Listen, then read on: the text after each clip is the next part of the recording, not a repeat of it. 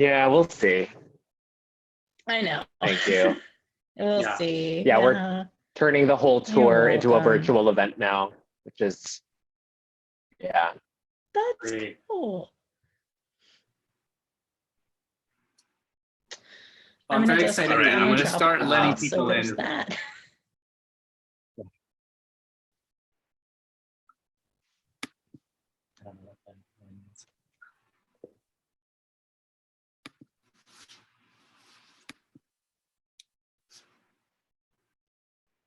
All right, if you're just joining us, welcome.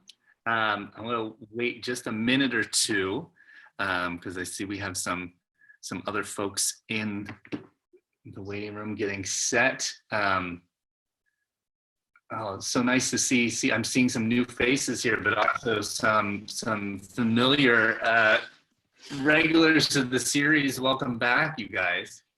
Kyla, it's nice to see you again. Sarah Littman is in the house. Hello, Sarah. Ian McCallan and Hannah Bay. Always nice to see you guys.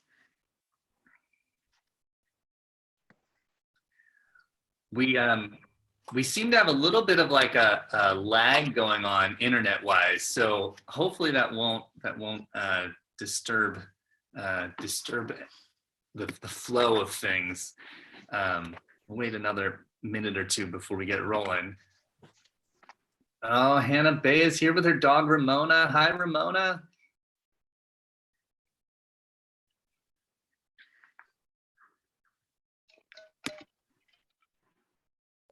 Where's everyone calling from tonight? I know Laura's calling us here from Baltimore. Do we have anyone calling from further afield? Mm-hmm. I see a lot of Brooklyn and New York in the house. It's always nice to see Brooklyn in the house.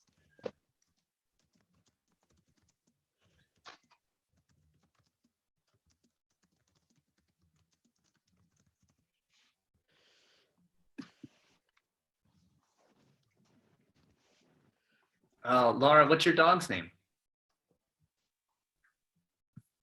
My dog is named Mina, and she is a black lab mix and has a very similar face to Ramona.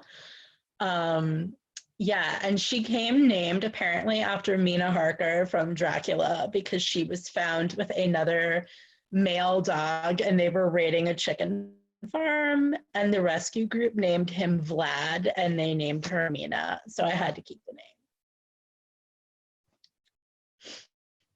Oh my God, that's awesome. I adopted a little rescue dog. My family did in September, who's now known as Luna, but was originally, at least in the rescue, they said called Mulberry, and we just decided Mulberry for us just didn't feel like a good dog. We didn't have a good dog name with it, so we ended up going with Luna for like Luna Lovegood and Stella Luna. But that's really awesome to get a dog and have. Yeah. But and Laura, are you wearing a Wonder Woman shirt? Is that the? I am. That is the logo. I am indeed. Yes. Very cool. You know, love, inspiration. Love Princess Diana. Yes. Very cool. All I right, guess that movie's going to be pushed back to who knows. I think every movie's going to be pushed back to who knows. I mean, who knows what's happening anymore? I know what's happening right now, though. I'm really, really excited because it's Tuesday night at 8 p.m., which means it's time for the Antibody. So welcome, you guys.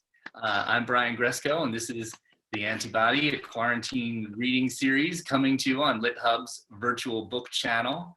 And tonight it's been 2 months worth of, we're marking 2 months worth of events.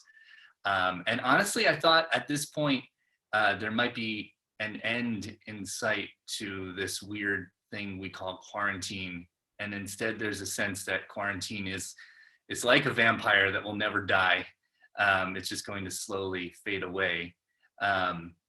but you know, I was talking actually a little bit about that in therapy today, and my therapist shared some advice, which is facing a scary situation together is better than facing a scary situation alone. And so here we are. These Tuesday nights have just been a real highlight for me, and it's wonderful to see you guys out there, to feel the literary community through the ether. So grab a snack, grab a drink, and like I say at the beginning of all of these events, take a deep breath, settle yourself in, because we have three fantastic authors joining us tonight. Laura Bogart is here, who we were just speaking to. Hi, Laura. And Peter Kispert thanks is for here. having me. Thanks everyone for coming. Hi, Peter. Hey everyone, it's great to be here. And Matt Ortile is here. Hi, Matt, how are you? Hi, I'm good. I'm gonna stay mostly silent because of the lag, but hi, thanks for having me.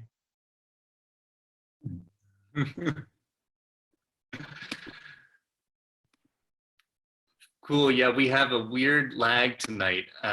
Who knows what's happening? But if you've joined us before, as many of you have, welcome back. If you're new here, this is how it works. For now, your mics are on mute, and I ask that you keep them that way. We don't have a stage, but we do have a microphone. So we're going to honor the authors when they have the microphone, as each author is going to read to us for a little bit. And at the end of the event, there will be time for a Q&A. So be ready for that. Usually we do that through the chat. The chat is public, so you can show your appreciation of the authors. And I encourage you to do so. Please give them some love, because we all need love these days. And so please get those keys clicking and get your fingers tapping for our first author of the evening, who's Peter Kispert. Peter Kispert is the author of the debut short story collection, I Know You Know Who I Am. His fiction and nonfiction has appeared or is forthcoming in Out Magazine, GQ, Esquire, Playboy, Electric Literature's Recommended Reading, the Carolina Quarterly, Slice Magazine, woohoo, and elsewhere. Peter received an MFA from Indiana University, where he taught undergraduate fiction writing workshops and served as editor-in-chief of the Indiana Review. And he's currently an assistant editor at HarperCollins and American Short Fiction. And tonight he is joining us from New York City. Hi, Peter. Hi, Brian. Thank you for having me again. Of course, welcome. Wow, so, you are, I got to see the sun. I got to see the sun go down from your window. It is now nighttime. I love it. Yeah, it is. Very cool. Very quickly. Hopefully there's a small stream of light. I'll probably end up turning on the lights just a sec. But I'm going to read two very short pieces tonight, really just a few minutes from my book. And thank you all for joining me. I heard the name Sarah Littman. A special hello to the very talented and totally wonderful Sarah Littman, if you are on, who's a fabulous writer. And I'm so thrilled to be here tonight with Laura and Matt. And thank you again, Brian. So two very short pieces from my book, I Know You Know Who I Am. The first is called Be Alive. We're on our way to the city, finally, when Glenn tells me that the chainsaw got him this time. He was out of ammo and extra lives, so he hid under the bed. Who knew, he said, looking out the car window with the bright night skyline, zombies could crawl. Early December, the roads are still without ice, but the air is bit through with cold. My boyfriend Glenn and I are driving to a dinner with his parents in Chicago, a city I loathe for its constant bleakness, the way you can turn a street corner and be jarred into another gray atmosphere. Glenn once used the phrase melting pot to describe the city, the place he's from. A reminder, he's 17 years younger than me and still not clear that almost everywhere is a melting pot. Some places just wear the title better than others. Which is crazy, right? Glenn says. Thinking zombies with chainsaws. That is crazy, I say. Aren't zombies not conscious? I try my best to make it sound rhetorical, to erase the top of the question mark.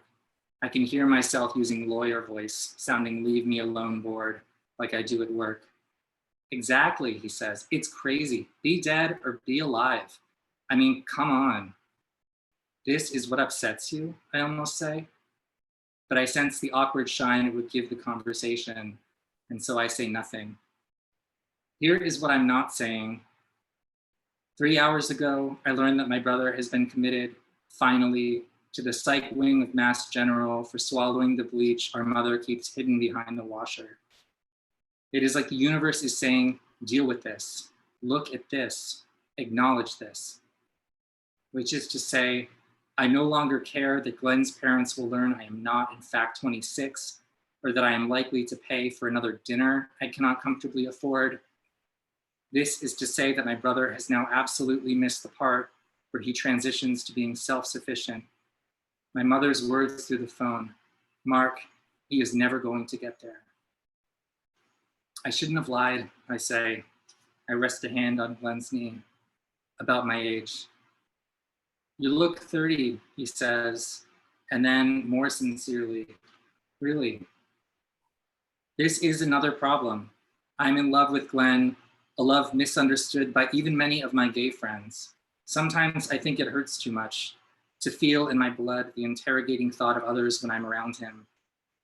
And then I imagine my life without him. I slow for our exit, signal the turn. There is a chain of cars ahead of us, their lights blinking red. Glenn starts again about a zombie that came after him with a syringe. He was running up these cement stairs, so many stairs, and the zombie was gaining on him. But it was a new release of the game. They let it out too soon, he says, with this glitch. Those stairs didn't end. He just kept running, but it didn't matter how far. And then there was the blood dripping down the screen, and there was the refund. And how unrealistic is that anyway? A zombie that can think like that knows what it wants and always gets it. And a lot of the stories in this book, there's a lot of image and gesture doubling, which to me sort of suggests the mind of a liar, which is one of the sort of overarching, I don't know, part of the connective tissue of this book. And so there's certain deliberate on my part redundancy. And I like to think that some of the stories are sort of acknowledging each other emotionally. And the next I'll read feels like sort of the sibling of the story that I just read in a way. Because of one particular gesture, but also just, anyway.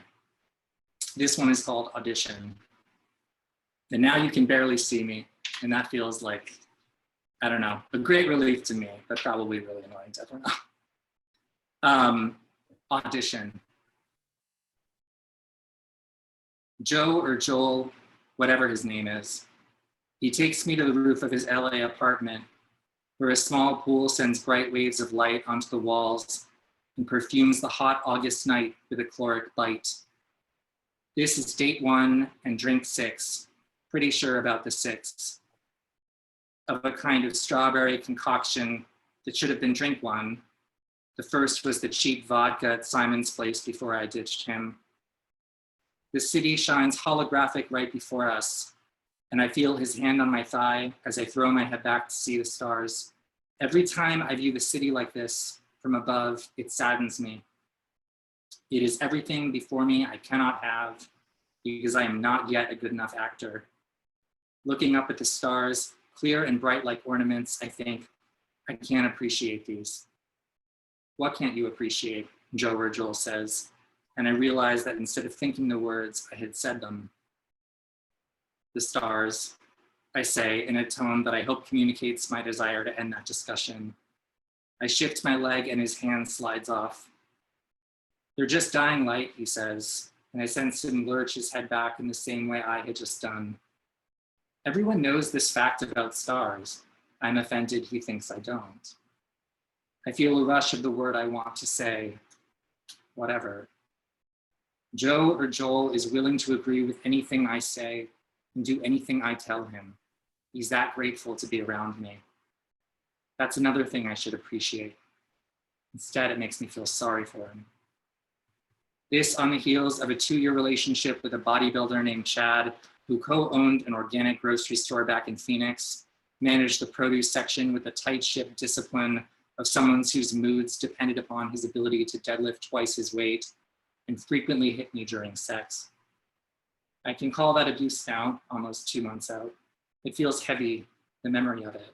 I remind myself, that's because it is. The stars look the same as the city, I say flatly. And the pool, he says, not really. The alcohol emboldens me to say whatever I feel, but my feelings change almost instantly, and so I regret the entire wake of what I do. Back in May, I had asked Chad if he thought I had celebrity potential. He had been resorting the pomegranates into a pyramid, and I had stopped in to visit him late one night after ditching my friends. Not really, was his response. In the next scene, I arrive in my friend's apartment. LA, 5 a.m. It's such a beautiful night, Joe or Joel says. He looks at me with all he's got, infusing the air with romance, but it's just another view to me. When I first met Chad, we walked the produce section as he taught me the difference between kales. What is this one called? I might have said, holding up a thorny orange melon. There is nothing sexy about the way he would look at me. It would be the same stare of blunt desire, one-way want, and when it comes at you, you have to dodge it. These days, I hold kindness up like a strange fruit. I see what you're saying. I tell Joe or Joel about the pool. I take a sip of the drink. Strawberry pulp races up the straw and clogs it. I can feel that he wants to kiss me right now, and when I look over at him, I realize I'm right. I think, what the hell am I going to do? And then I just hope that I didn't say that too. Thank you all. Thank you, Peter. Thank you so much. Everyone show Peter some love in the Darkness comment section. That was really great. I have no idea how you're seeing what you're reading where you are, but that was awesome. Zombies and bodybuilders. Thank you so much. Appreciate it.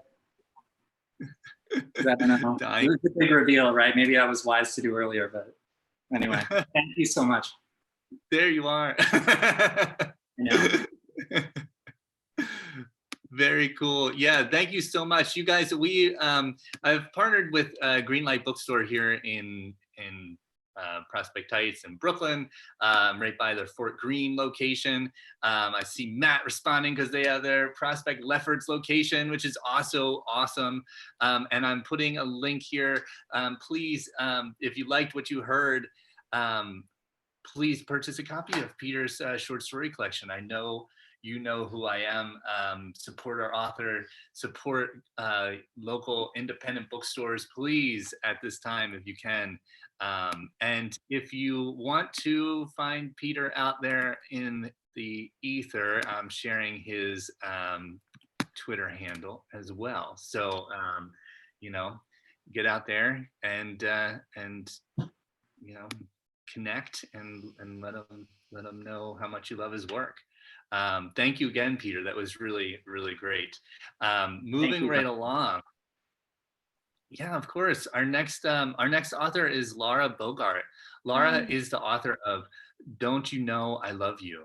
She is also a nonfiction writer who focuses on personal essays, pop culture, film and TV, feminism, body image and sizeism, and politics, among other topics. Laura is a featured contributor to The Week and one of my favorites, Dame Magazine, and her work has also appeared in an amazing list of publications, including The Atlantic, The Guardian, Spin, the AV Club, Vulture, and IndieWire. Please give some, get your fingers tapping and give some love here to Laura Bogart. Hi, Laura. Hi, how are you? Thanks for having me. Peter, that was a lovely reading.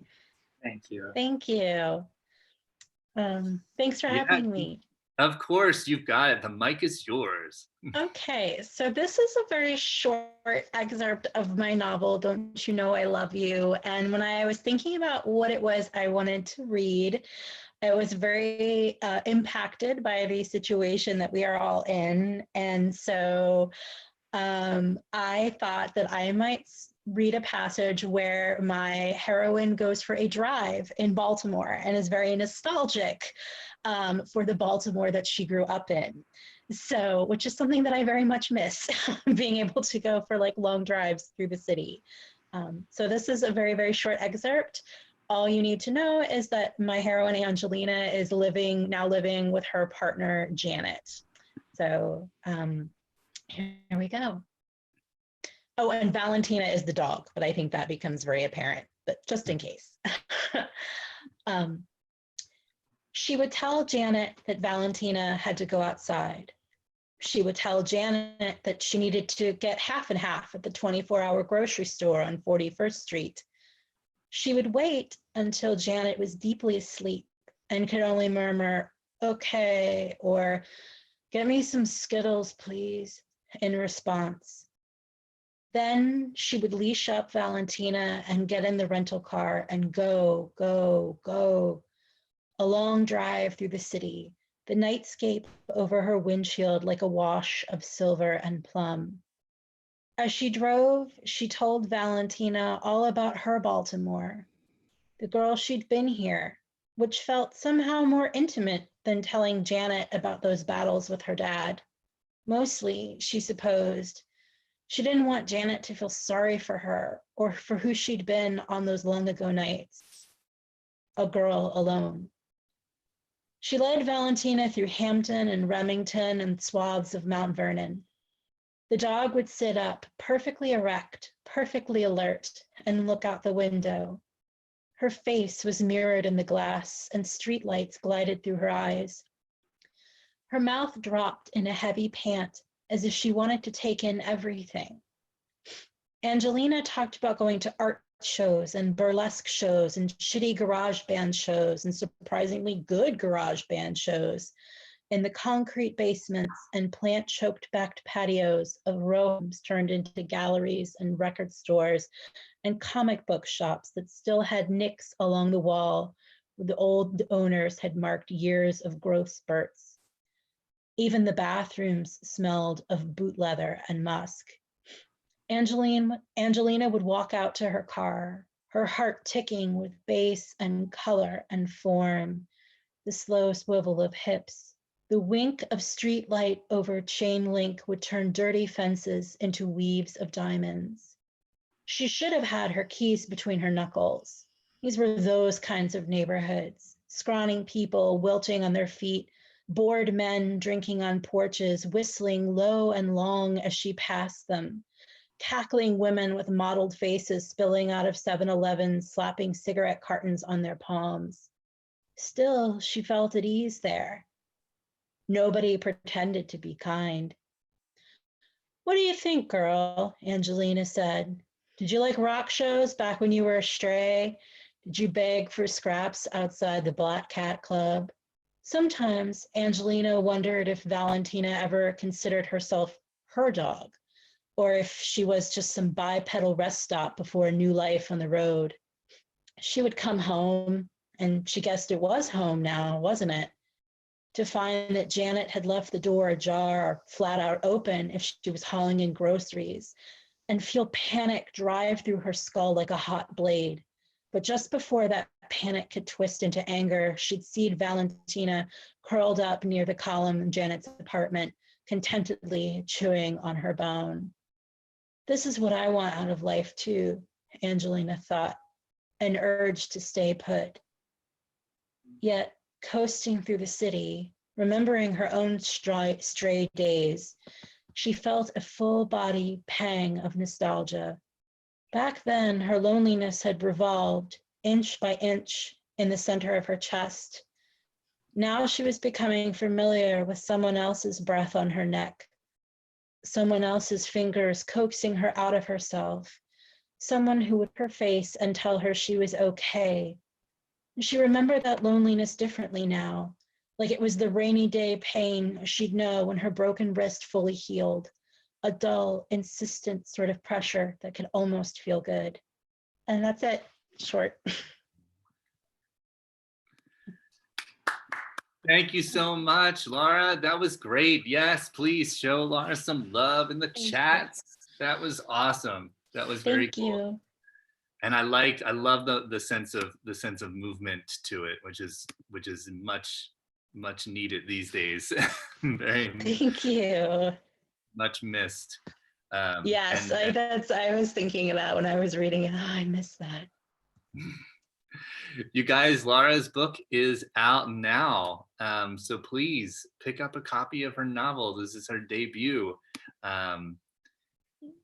Get a copy through Greenlight. They will have it available to ship right away. And I'm putting out here her Twitter handle as well, so you can find her online. Yeah, that was very, very cool. All right, next up is Matt Ortile.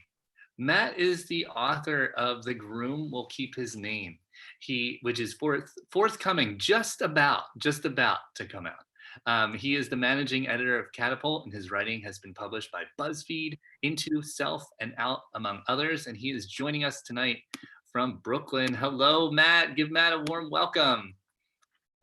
Hi, everyone. Thank you so much for having me, Brian. Congrats to Peter and Laura on their books. I am excited to join the ranks of published authors on June 2, when this book is finally on sale. And also happy Asian American Pacific Islander Heritage Month to all those who celebrate. Similar to Laura, I was thinking what I might read for tonight. And we're also coming off of Mother's Day on Sunday. And I published a piece over the weekend at Vogue about my mother. And my mother is very much a very strong through line in the book. And some context, she lives in the Philippines, I do not. I live here in New York. And because of COVID, naturally, I am unable to visit her. And it's interesting, in the piece, I talk about how my mother's cancer diagnosis has returned. And in the book, I actually talk about how she recovered from it. So it's a very interesting dissonance where there's kind of a period at the end of this sentence when really the paragraph is still ongoing. So this is a section of the chapter called Balikbayan. And Balikbayan is a Filipino word that literally means return country. And it refers to someone who has moved home, as my mother did after we moved to the States. And so I'll just get right into it. So thanks very much, everyone. This is from The Groom Will Keep His Name. My mother moved back to the Philippines in my final year of college in 2013. This was always part of her plan, I had believed. After taking me to the United States for a better education, that better life, she'd return to my stepfather in Manila. There, she'd become a philanthropic doctor's wife, brighten up his home, make it theirs, and, with Social Security dollars against the Philippine peso, live well and generously. No, anak, my mother told me when I asked her to fact check my memory. That wasn't it. Not exactly. Her actual plan, she said, had been to stay in the US. My stepfather, who had been making the Trans-Pacific commute, would have joined her full-time and retired there. Whether in Las Vegas or otherwise, they never got to find out. After she lost her pharma job in the recession, my mother got a gig in the Clark County Elections Office. There was a growing population of Filipinos in Nevada, and she was hired to translate voting materials into Tagalog. It was a civic-minded job that paid, she said, but it was not enough, not the right fit. America was not the right fit either, not anymore, for her or my stepfather. Why live in Las Vegas, they said, and pay a mortgage on a home worth less than when we bought it, when we have a home in Manila, once long paid for in full? Why not return to the place where my stepfather could continue the medical practice he loved, where he and my mother could invest in their own healthcare business, where they could donate to charities, build communities, and serve folks in a country where no one questioned their right to belong? They already had roots in the Philippines, a land that had nourished them from the start. The choice was a no-brainer. It wasn't only a matter of convenience, it was one of survival. Still, my mother thrived upon returning to Manila. She was living with her husband full-time and seeing her peers and old friends. She and my stepfather renovated their townhouse for a fresh start. Their wellness consulting business took off. Life was very good to them, apart from the coupled diagnoses of his and hers cancers in 2015. My stepfather got his news that summer, around the 4th of July. When my mother called to tell me, I was at a company party in the Hamptons, distracted by the Chardonnay and the bliss that would soon run out. I was too flippant, noting that prostate cancer, especially when it's localized, is very curable. But that was beside the point. She was upset. I called her later that week to apologize, and upon hearing my stepfather's levity, laugh-sobbed into my phone. It hit me, then and there, that this man we loved, who could make my mother and me smile even when we didn't want to, was mortal and in danger. In the end, his prostatectomy was a breeze compared to the treatment my mother was to face. He'd been cancer-free for a month when my mother rang me again in September over Labor Day weekend. I ignored her calls that morning, actually. I was still in bed with a handsome novelist who bought me drinks at the bar across the street from his apartment. On the sidewalk in Crown Heights, still wearing last night's contact lenses, I called my mother back. Her voice was calmer than it had been when she called about my stepfather. I skipped a heartbeat as she said the words for which I could never be ready. I have breast cancer. On the way home, hungover and in shock, I missed my subway stop. I got off at the next station, walked into a church, lit a candle, and said a prayer. I had never stepped into St. Anne's before, had only passed it on the way to my dentist. Still, conditioned as I was, like Pavlov's dog, being in church, any church, made me feel as if my mother were beside me. By the time December arrived, I visited them in Manila. My stepfather was fit, not looking a day over 70, and my mother was in the middle of chemo, looking like my grandmother. This was all old hat to her, in a way.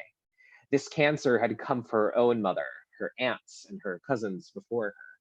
Women in our family had faced this genetic bequest with grace, lived with the emperor of maladies for as long as they could. Every one of them was a Manahan, a name that translates loosely to inheritance. They had no choice but to be brave. As my mother lay in a hospital bed, IV in her arm and scarf around her scalp, I sat beside her with an open computer and an overflowing inbox. It was Christmas time. The chemo ward at the Cardinal Santos Medical Center was lit with unforgiving fluorescence, but the walls were festooned with tinsel. Patients seated in recliners were hooked up to bags of clear fluids. All were accompanied by their friends, their families, each group resembling a nativity scene, pious and grateful. The hospital staff had given my mother a private alcove with a curtain. She was being treated at the hospital where my stepfather taught and practiced, with the best oncologists and nurses taking care of them gratis. It was my mother's third round of chemo, and by now, everything had its place. Purse within reach here, snacks and water over there, rosary for mom here, iPad for dad over there, Wi-Fi hotspot, full bat, and ready to go. When it was time for my mother's daily prayers, I took the opportunity to catch up on work, to send emails with too many exclamation points to colleagues who were currently asleep. I was the editor of the website's popular Philippine edition, making time for it and for free, as well as a glorified assistant, training new hires how to make animated GIFs.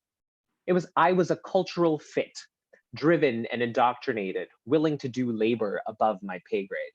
Though my bosses loved me, I had just narrowly avoided becoming a casualty in another one of the company's massive reorganizations. I needed to prove I was reliable, I thought, even while on vacation halfway around the world. Finally, I reached inbox 0, and my mother finished her prayers. She smiled at me. "You seem stressed," she said, not unkindly. I'd told her about my career's sudden zigs, how my home life with my roommates took a downward zag. I was living with people I loved, but our friendships were souring for reasons I couldn't yet parse.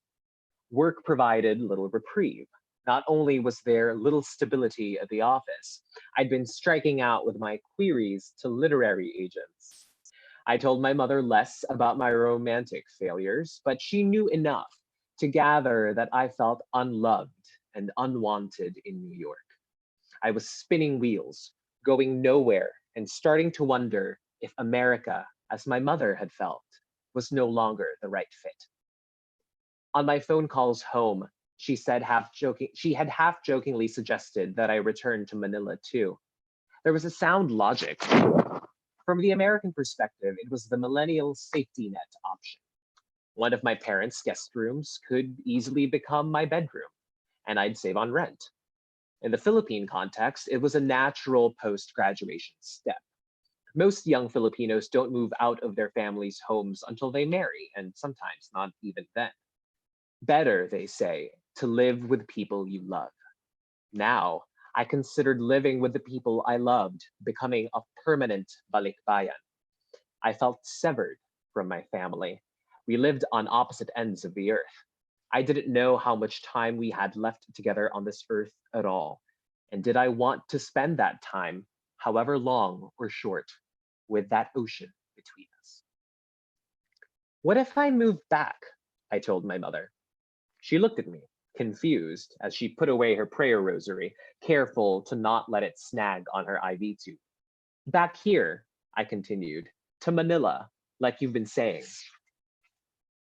"You have your book," she replied, in a tone that said, "The Pope is Catholic." I might give up on it, I said, this silly little pipe dream. I wasn't even sure if it would sell, if anyone would read it at all. "She would read it," my mother said, and I was bolstered by this guaranteed audience of one. I was struggling with the book, I told her. The problem with writing about your history is that you need to reconnect with it. My memory was patchy and scarred, heavy with the load of what I'd faced as a queer brown immigrant kid. At 24 years old, I had been smithed against the American anvil for over a decade. In those years, I willingly subtracted parts of my Filipino self, tossing them off for the laurels, the merits, the tailored Americana. How far I'd come from where my mother and I began. Maybe too far. She put her hand on mine. "Do you remember," she said, "the first time you wore your barong Tagalog?" "Yes, at my uncle's wedding. She in her pearls and me in my Filipino clothing. After we took a picture together, my mother helped me take off my itchy barong when its scratchy fabric was irritating my skin. But the reprieve was only needed temporarily," she reminded me. "You got used to it." I wore it again, my barong Tagalog, my Filipino clothing, once it was time to go home. My mother had always been the one to guide me to my future, my dreams, that better life. On that day, she became the guide to my past as well. My mother walked alongside me as I revisited memories of our lives in Manila and in Las Vegas, over phone calls, Viber text messages, FaceTime over breakfast and breakfast for dinner. 12 hours apart, we spent time together, studied our past together. Pacific Ocean be damned. She has never lost faith in me, in my words. It was only right that she helped me find them. As our shared history came more clearly into focus, so did the country I'd been so impatient to leave and leave behind. To return to my motherland, I turned to my mother. thank you very much. Thank you, Matt. That was beautiful. Cheers. Yeah, I was noticing that in the background because it matches the cover so well. Are you drinking a sip? Yeah, Nice. it's a little bit close. Thank you, everyone. Yeah, thank you so much. I had a little snafu there, so I had to switch to my phone. So I don't have the link to share because I don't have my document, but I will share it again on Twitter. So you guys, please, the Groom will get his keep his name is going to be available at the June 2nd. So please pre-order and get a copy and follow Matt online on Twitter at Ortile, Ortile. So because I'm sure you've got a lot of events I'm sure coming up, right?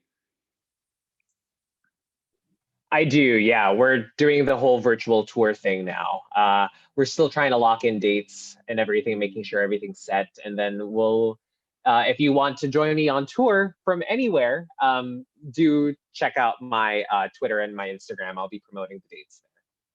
Thanks, Brian.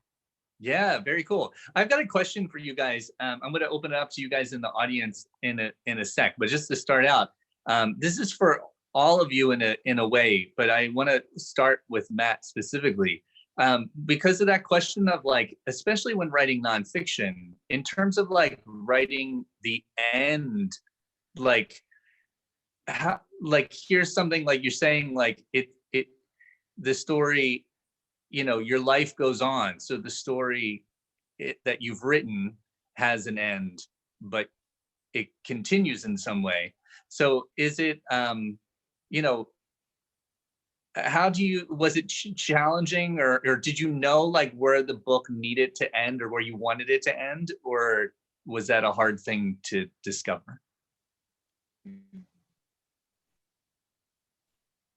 That's a great question. Like, you know, as I said, like the story's still going and it doesn't, you know, hopefully it doesn't invalidate anything that's happening in the book. Like I talk about essentially in the book how my mother overcame this thing, but now it's back. And, you know, if you know how cancer works, and I was made to early on, this is, you know, it's something that can absolutely return. And I think in terms of deciding where the book would end, it was very much about what is the central argument of the thing. And in this, it's essentially about unlearning sort of internalized colonialism and the model minority myth and things that we tell ourselves as Filipino Americans or as Asian Americans or as queer folks.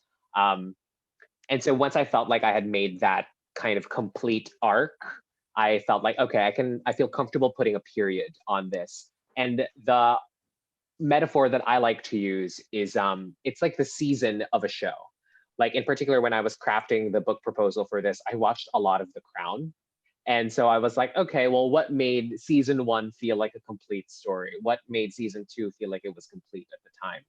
You know, and so like when does a story kind of feel like an organic pause? And, you know, knowing that authors have their lives, nonfiction authors particularly, right? We kind of mine our own life for content. Where does it feel like there's an organic sort of reprieve or a rest in the story that you're telling? So it was tricky, but I think I managed it decently. Very cool. Yes, from what I've heard, I absolutely agree. It's very cool. And thank you to Hannah Bay for sharing the link to Matt's book on Greenlight. Thank you, Hannah. With the Thank you, Hannah. Peter, can I ask you, I want to kind of a similar question to all of you guys, I guess, just in terms of like ending, like in terms of putting together a short story collection, like at what point were you like, okay, I've got the right stories and the right number of stories, and decided this is it, this is the collection? Or was the collection kind of in motion for a while in terms of what could be included, or whether it needed more? Yeah, the process of creating this was kind of interesting because for a long time I was writing straight stories. It just felt sort of like the default, kind of what I was supposed to do. And they were bad, like they weren't good. The way that I figured out kind of what I wanted to say emotionally or what I wanted to kind of run toward was when I finally felt like I was writing what was a true story for me as a queer person, which had a lot to do with self-betrayal, which in another light is lying, and lying to yourself, lying to other people. I also felt myself distance from the question of the closet, not to dismiss that as like a very, something that's important in terms of the larger queer conversation, but I had been out for a while and still felt really fraudulent, and I was struggling with questions of masculinity and speaking very frankly, superiority and needing to feel like a certain kind of gay man. And so finally, I started writing these stories, kind of giving these people everything. Not really represented, unfortunately, in the two very brief pieces that I read from the book, though I think they're sort of emotionally in the same territory. But I found myself doing this again and again. And so in terms of finding the container for the stories, I think once I sort of found the comeuppance after kind of cruelly trapping them in their lives and self-betrayals, I felt like I was sort of ready to turn off the lights. But it was a very like, I had a thesis and then I left the thesis. And then a few years later, I went back to see if there was a pulse, and there was. And then, I sort of lucked out on the roulette wheel here with a fabulous agent who understood the vision and a really wonderful editor who did as well. So it certainly wasn't a kind of like clear shot, writing it through. This book happened over the course of like almost a decade. But yeah, I guess that's my response, which is a lot of different responses. Yeah, but no, that's very, I just love the stories behind the stories and hearing how these things come together. That's very cool. Thanks, Brian. And Laura, what about you? Did you know how your novel was going to end when you went into it, or was it something you kind of felt your way to, or? So it's funny, like Matt mentioned TV and I also am influenced by TV and film. And the thing that I had noticed is the films that I loved and responded to were the ones that had like very distinct ending images. So like, for instance, like one of my favorite movies of all time is On the Waterfront. And my main character is actually very much inspired by like young Brando and James Dean. Sort of like a woman spin on that. And On the Waterfront has a very singular, distinct ending image of the Brando character, Terry Malloy, getting up and like walking down this plank after he's like made this. If you haven't seen the movie, it holds up pretty well. It's a great movie, but I knew I wanted to end on a very powerful and like a very distinct image that sort of encapsulated where my character was by the time that sort of the main action was over, but also could usher her into sort of a new plane of existence where the reader could sort of imagine new things for her. And I think like just good endings do that. And I've seen it particularly in film. When I started to write this, I was very scared of writing a novel. I came from like an MFA program where like you don't write novels, like you write essays and short stories. I was like, how am I going to do this? So I outlined everything and I over outlined it like down to like, oh, it was so bad. It was like pages. It was like a short story of an outline, and everything was, when I went to write it, was very flat, it was very stale. And I was like, I can't do this. I may as well just like go off of like raw intuition. But I had that kind of ending image. And I was like, okay, everything I do has to get me to that image in some way or shape or form. And so I just sort of allowed myself to like knit it forward, like intuitively and organically, if that makes any sense. Yeah, absolutely. I'm always more interested in the authors who do make complex outlines and stick to them, because it sounds like more often than not, in my experience of interviewing authors, people either throw away the outline early on or they drastically readdress the outline as they're actually writing and realize that they didn't quite get it, but it's at least a starting mechanism, a tool to get them moving. Yeah. But yeah, that's so interesting. I want to open it up to the audience. You guys, if you've got your chat, that's probably the easiest way to get these guys a question. And we've got kind of like a great selection of genres here. We've got a short story author and a novelist and a nonfiction writer, but you know, these guys have done all sorts of stuff. So if you've got a question, I'm going to the chat now. Let us know. And if you don't, I've got plenty. So no pressure. While we're waiting for questions, I love that idea, Laura, of just like kind of looking at a finish line and really seeing what gets you there. Yeah. I've found that I feel like in writing my book, I had a huge outline. Like I took 2 weeks from work and just sat at the same bar and outlined every single essay. And I ended up with like 13 essays, and now I have 10. And like I collapsed some of them. I was like, that's for a different book. But I thought, and so ultimately I veered very strongly from the outlines. But what I kind of found what was happening was that there were these particular pivotal moments in certain stories that it was kind of like, how do I, kind of like rock climbing, like how do I get onto that ledge? Like what's the most interesting, what's the most efficient path to get from a point to another point to another point? And so it's interesting having that kind of structure, but also that same freedom or the liberty to kind of find detours. Because if there's something interesting that's happening, you kind of want to follow it. Yeah. That's exactly it. I mean, and like there's something, I mean, so like the girl in my story has like a very complicated, shall we say, relationship with her father. And I knew that there was going to be some type of confrontation with her father, and I knew it was going to be very visceral and intense. And I didn't ultimately go with the first version of that conflict that I had in the outline, but the idea that it has to be sudden and intense and perhaps even irrevocable carried over from that outline. So absolutely. I mean, it's useful in that kind of, you're planting a seed, but sometimes, and like I'm a gardener, so pardon me, I'm just gonna like do a terrible plant analogy, sorry.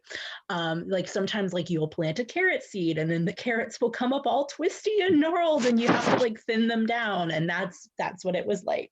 So pardon my vegetable analogy there. Peter, do you, I see we got a question from Hannah, but real quick, Peter, do you do any outlining at all when it comes to working on a short story?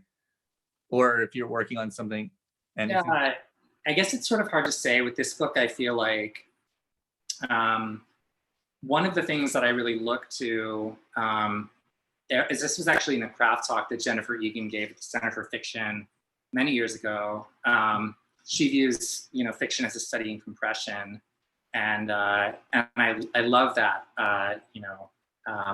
She was looking specifically or mentioned, it as this almost kind of math, brokering economy of fact and musicality of language. And so I love kind of running into stories at full speed, trying to pull the whole world in, and then seeing what comes up from that. Usually there's some pretty interesting material that I can kind of, throw really far out into an ending that feels kind of emotionally true. And then, as Matt and Laura is sort of saying as well, kind of work backwards in certain ways and hit different points. But yeah, no, there was this one great moment too in undergrad. My mentor, Janet, who I owe my life to, had us stop. We were reading Ron Rash's The Ascent, which is a brilliant, brilliant story. It's very upsetting, but it's so touching. And she just had us all marvel at how much information was in the opening paragraph. And I mean, it was really incredible. I mean, one sentence and it was rabbits out of a hat. So I'd say that, for a lot of these stories, I was working with similar themes, similar characters a lot of the time. And so I ran in different directions. and just went as fast as I could and found that that tended to be pretty fertile. Or if it wasn't, I could abandon it quite quickly. So that was kind of good too. That's cool. Yeah, there's nothing like sometimes being a little less precious means it's easier just to toss it away when it's not working. Hannah Bay has a great question here. What are the beats that you look to in outlines? In terms of your, like, I guess in terms of your structure and your plotting, like what are you looking for in your outlines in terms of story beats? So this is something that I tell our, sorry if you can hear the sirens. No, that's our life now. This is something that I tell my writers at Catapult, where I'm an editor. I kind of tell them, and this is something that I stole from Helen Rosner, who's a food correspondent for The New Yorker. She once tweeted like a couple years ago about what makes a good personal essay in her view. And I think it's an interesting approach where she talks about the two turns of an essay, where the first turn is like, oh, I realized something, I had an epiphany, like the first sort of big aha moment, the light bulb.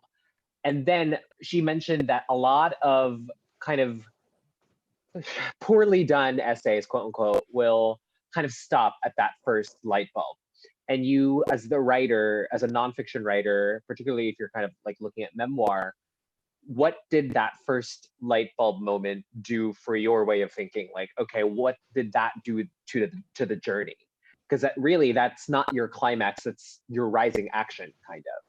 And then you kind of hit another moment, like where, okay, I got to this moment because of that first thing that I learned. So that's the second turn. So in these essays, in The Groom Will Keep His Name, they don't always fit that formula. Like nothing ever really always fits a formula, right? But it was an interesting sort of principle to keep in mind with, okay, where am I bringing my reader to? Like, what are these sort of realizations that I'm having in my personal life about what it means to be an Asian queer immigrant in America?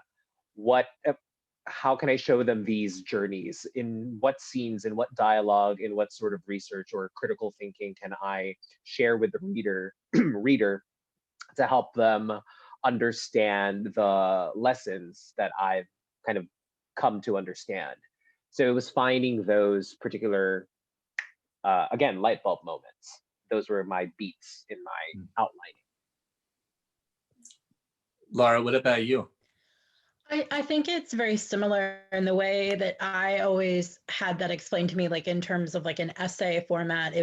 And I think that's also applicable to like fiction broadly, is it's the yes and the yes is that first kind of light bulb revelation moment that you get. Totally. And the and is like, and so what?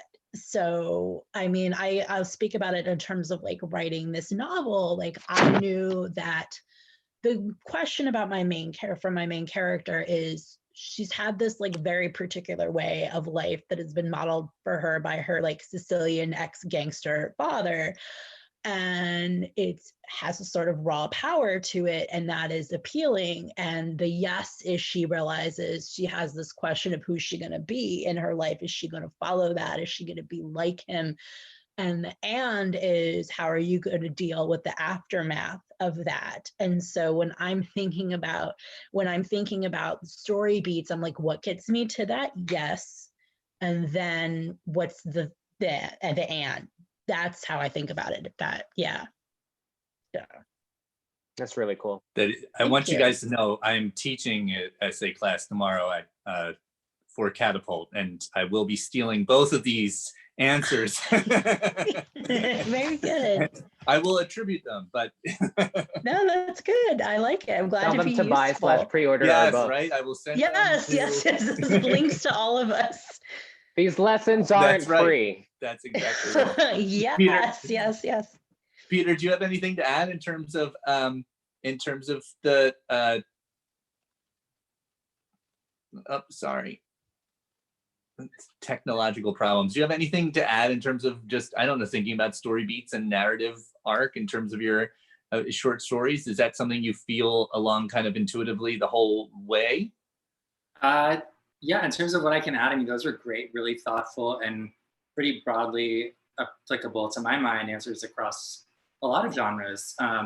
narrative, you know, a lot of narratives. I don't know that I think in terms of beats as much as in terms of scenes and trying to really compress and see what will reveal. Yeah. And as much as like I have intention for characters to reveal things, a lot of times in the writing, it's revealed to me in ways that can kind of obstruct what I feel I'm trying to say and then turn me in another whole direction. Yeah, I don't know that I have anything really more to add than what Matt and Laura said. I think they're really great responses. And yeah, I'd say that like the more I listen to the work, sometimes the more I'm surprised by it, which feels fake to say, but is true. No, but it's to me, at least, it's so helpful to hear just the variety of different approaches. And I think that's the thing that that's always just helpful to remember when I'm working on something, I'm struggling, I'm trying to figure something out, is there's a many different ways to solve a problem. And you know, sometimes outlining and listening helps, and sometimes listening to the work helps. I love that. And I love this it's great, I feel like, to have a flexibility too as an artist, to see what strategy, you know, is best used for the problem at hand. So thank you guys for sharing all of your wisdom tonight. Thank you so much too for sharing your beautiful words. And I hope everybody please support our authors, support Greenlight Bookstore, get a copy, pre-order a copy of Matt's book, get a copy of Laura's novel and Peter's collection, please. Yes, thank you so much for holding them up. So get those titles get those covers in your head. Thank you guys so much. I will be back here next week on May 19th. And I'm doing a similar, this went so well, it's going to keep another short story author. In this case, Laura Vandenberg will be joining me to read from her new collection, I Hold a Wolf by the Ears. Essayist Melissa Phoebos will be reading, I think, from her forthcoming collection, Girlhood, which isn't out until next year. And Tracy O'Neill, whose novel Quotients just came out today. So it's going to be a great lineup again. So you can find the Antibody series on Twitter, or find me, and I will share the links, since I don't have my trusty computer to copy the links for you. But please follow along, find me online. And big thank you again to you guys in the audience, and to the readers, and to Greenlight Bookstore, and to the Literary Hub. This will be archived very soon on their virtual book channel. So yeah, until next week, you guys, stay safe, stay healthy, stay optimistic, and keep reading books. Yay. Thank you all so Thank much. you. Thanks, everyone. Thanks, Brian. Thanks, you. Matt. Thanks, Laura. Thank you, Peter. Bye. See ya. Bye. Take care. Bye-bye. Have a good night.